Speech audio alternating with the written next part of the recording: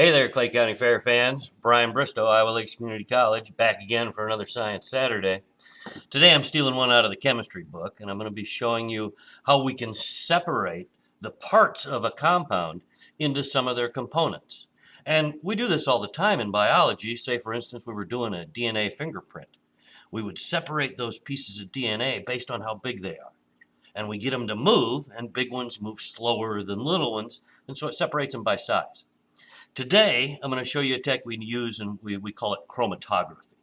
And in this case, we're using a solution to dissolve a compound, and then we see how fast it moves. And in this case, we're going to see how fast it moves in paper. And so really for this one, you don't need a lot of stuff again. You're going to need a container that can hold a little bit of liquid. You're going to need some markers or some food coloring. It'll depend on the type of markers that you use, what you use as the solution to get it to move. Some things don't dissolve in water, others do. If you've got some like those Crayola markers that are washable, those will usually dissolve in water, so water can be your solution and you can use those markers and watch how they move. Some markers aren't. It's a real easy way to figure out what they are soluble in or what they will dissolve in. So you might use water. You might use rubbing alcohol. That's a pretty good one. That'll even dissolve most of the permanent markers, and you'll see some really cool colors. You can even use vinegar, good old white vinegar. Some things will dissolve in that don't dissolve in water. And sometimes even the acidity of the vinegar will cause a little bit different color change. So experiment. That's the great thing about science. You'll need some paper that absorbs. Some coffee filters, paper towels, napkins work great. Again, you'll need a container. And I like to use something that I can suspend my paper over the container with. So here I've got a pencil that fits across, and I'll use a paper clip to hold my paper in place. And I'm going to put a little bit of the fluid in the bottom, and I'm going to take some markers, and I'm going to put some marks on the paper towel. Then, and here I'm just going to use this black one and maybe this blue one. And maybe even just a little dot of red food coloring. Now keep in mind, you're probably going to make a mess on your mom's kitchen table, so you might want something underneath of it. But see, there I've got 3 dots on there. And what I'm going to do is I'm going to put it down into the container just far enough so that the bottom is touching the fluid. Well, I don't have any fluid in there, but I'll put some in there and fill it up to there. So I want that so the bottom's about touching. And maybe you cut your paper so it fits a little bit better or whatever. In this case, I want to use the rubbing alcohol as my solution.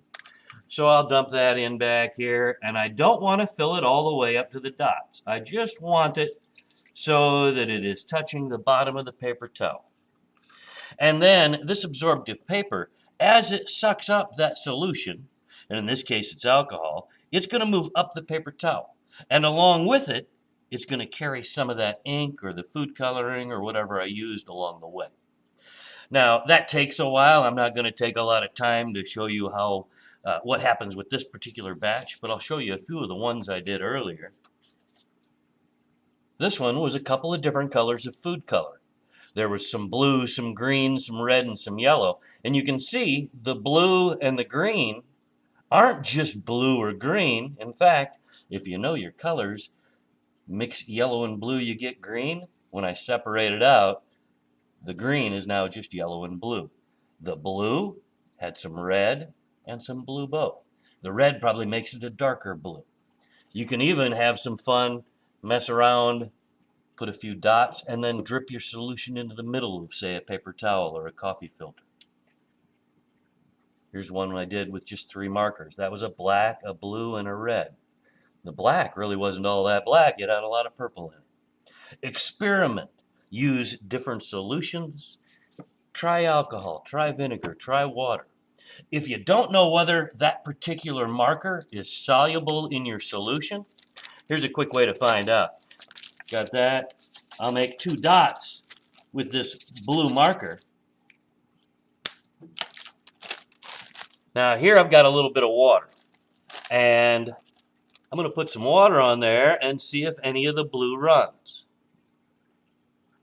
And I don't see it moving. But if I take a little bit of alcohol and put it on there,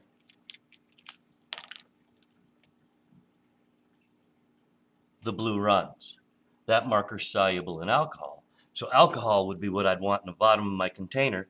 And as that gets sucked up, it might separate it out into different colors. Play around with it. Use different markers, use different solutions. Go ahead and make a mess. It'll be fun. Happy Saturday.